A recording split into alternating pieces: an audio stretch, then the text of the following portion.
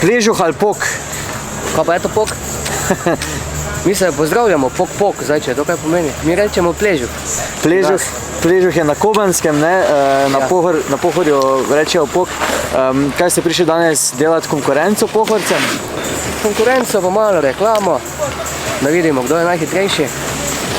Ste se razveselili začetka tega uradnega spuščanja? Ja, zelo smo bili veseli, zdaj 2 leti nič kaj ni bilo. Tako da upam, da bo zdaj to se tudi nadaljevalo naslednji teden in prihodnje.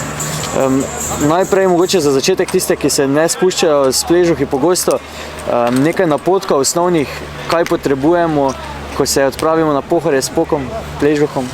Predvsem topla oblačila, sem začetnike mogoče nekoliko večkrat vrže po tleh, potem pa vaja dela mojstra. Za lovljenje ravnotežja, kaj je najboljše? Za lovljenje? Ja, da nisi prepočasen, da imaš zelo veliko hitrost, pogum, mogoče kako veljamovko. Je to to. Predstavniki selniških pležuharjev ste med rekorderji v spustih s pležuhi iz Pohorja.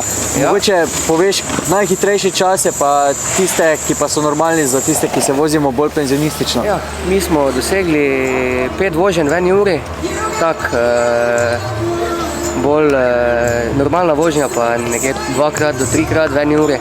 To je bilo, ko še je bilo odprto 1 uro v sezoni.